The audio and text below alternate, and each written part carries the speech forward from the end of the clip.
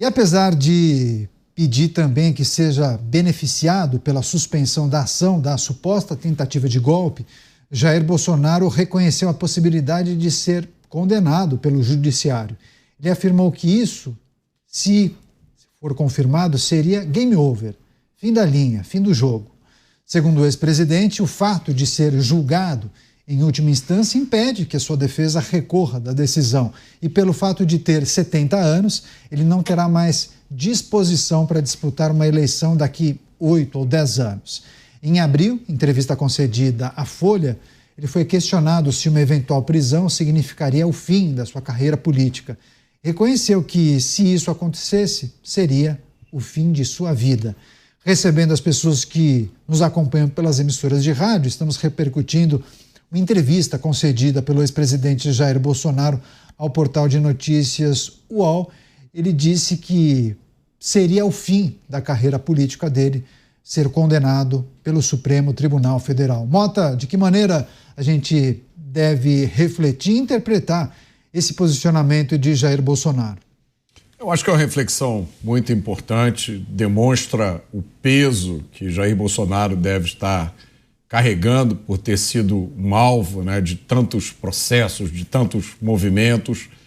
Agora, eu acho que se ele tem convicção de que não deve nada a ninguém, ele tem todo o direito de se candidatar, de se declarar candidato. Porque as investigações e os inquéritos que o tornaram réu estão cheios de inovações jurídicas que até pouco tempo seriam consideradas inaceitáveis no Brasil.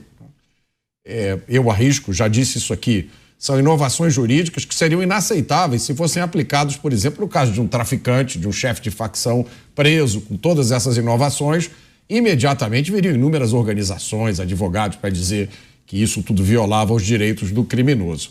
Então, eu vou arriscar aqui uma coisa que eu disse que não é segura. Eu vou fazer uma previsão. Me parece inevitável que um dia, mais cedo ou mais tarde, todos esses procedimentos jurídicos cheios de inovações sejam revistos. Parece que não há como escapar disso, né? O resultado ninguém sabe, porque no Brasil ninguém sabe, tudo pode acontecer, mas basta olhar o passado recente de um país que passou por um processo muito parecido com esse, os Estados Unidos da América, onde Donald Trump passou por uma situação, em alguns aspectos, até mais complicada do que a de Jair Bolsonaro, com a ressalva de que a Suprema Corte dos Estados Unidos não julga ninguém. A Suprema Corte dos Estados Unidos é uma corte constitucional. Então, eu acho que essa reflexão do presidente Jair Bolsonaro demonstra o peso que ele carrega, mas eu tenho que trazer um pouco de otimismo baseado na leitura da história brasileira. Eu acho que tudo pode acontecer ainda. Você, Dávila, Jair Bolsonaro reconhecendo a possibilidade de ser condenado pelo STF e dizendo, fazendo uma análise da sua situação. Ele faz a seguinte ponderação: se isso acontecer, se ele for condenado, seria o fim da linha para a vida política dele. Um minutinho, Dávila, para fechar.